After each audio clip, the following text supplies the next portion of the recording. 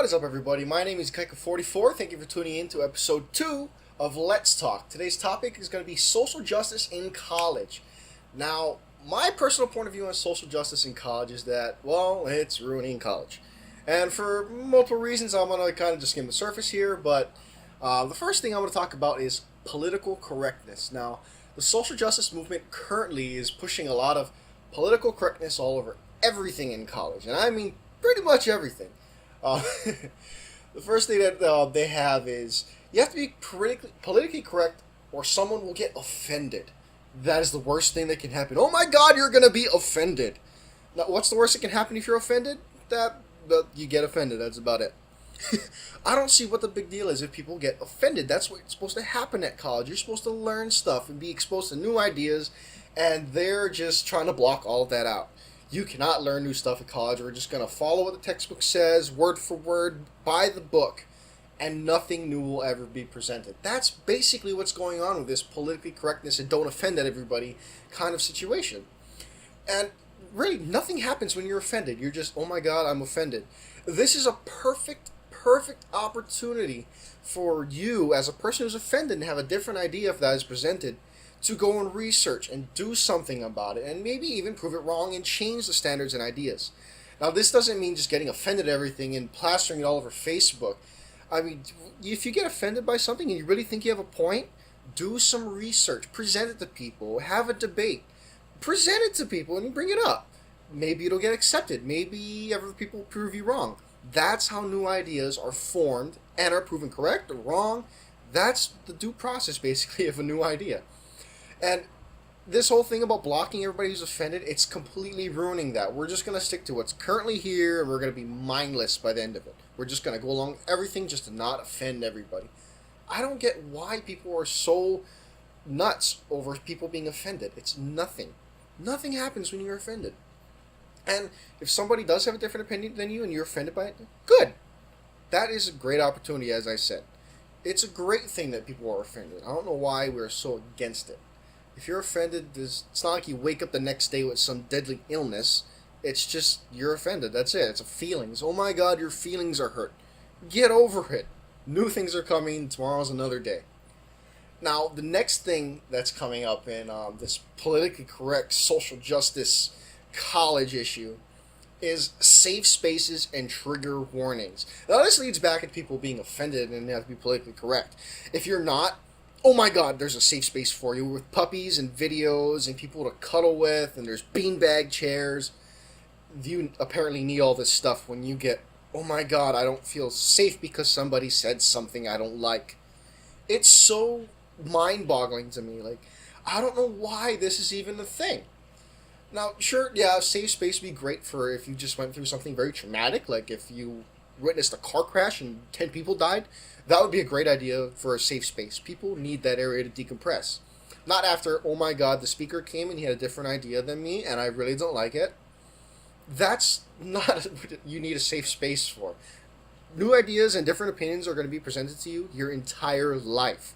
You need to be exposed to that in college because there's not going to have any of that in the real world. You're not going to show up to your job and your boss is going to say something you don't like and, oh my God, I don't like that. I need a safe space. The other part of it is trigger warnings. Trigger warnings are in front of everything. I'm not even kidding. There's even trigger warnings for trigger warnings because people get super upset and their anxiety kicks in because there's a trigger warning, so they need a trigger warning for the trigger warning. But not only that, the main point of trigger warnings, and that was kind of an exaggeration, but the main point of trigger warnings is to warn people that, hey, this class material is going to be kind of sensitive and there's going to be like racism in it, or there's going to be some sexist issues that are going on. And the original idea behind it was kind of good, but now things are kind of getting out of hand. And I personally don't think that we should have trigger warnings in front of anything. I mean, you should be able to experience everything that happens like everybody else. I mean, if a book has racism in it, you probably need to experience that racism in the book. Not like racism is intended to happen to you, but you need to have that inside of your life. Like, you're not going to go your entire life and not see racism actually happen. It does happen in real life sometimes, and you need to be prepared for it. You can't just read a book and block it out for all of your life. but people are being offended by racism inside of class materials. Now, if you can't get through the class without being offended by something that's in a book that you need to learn, then you probably shouldn't be in college. You need to go back into kindergarten and first grade when they had like naps in class. Well, that's your level of maturity. Now, there are books like To Kill a Mockingbird where they actually do have some racism in it. And actually, I shouldn't say some. There's kind of a lot. They had black people were really stereotyped back then, and they were treated really badly, and people used the N-word. But that's part of our history. You kind of need to understand that to know where we came from and how we are today so that we can, do better than that. Which we have been. We've been doing a lot better than in the past. But still, we need to understand what happened then to know what to do now. And if you're trying to block out all that part of history, it's really going to bite you, and I'm sorry to say this, but it's going to bite you in the ass later. Like, you're not going to be able to handle anything. And you're not going to know a whole lot about history because, well, bad stuff happens in history. It happened a lot in history, actually. So, if you're just going to block out everything that's offensive to you, you're not going to learn anything in college. And part of college is actually to learn about new ideas and be experienced to them and, expand your horizons. I'm probably going to say that a lot. But, yeah, you need to expand your horizons and get used to stuff. It's supposed to be getting you ready for the real life. Like, getting all that you need. Not only the information that you need, but the experiences that you're supposed to have. And you need all this stuff.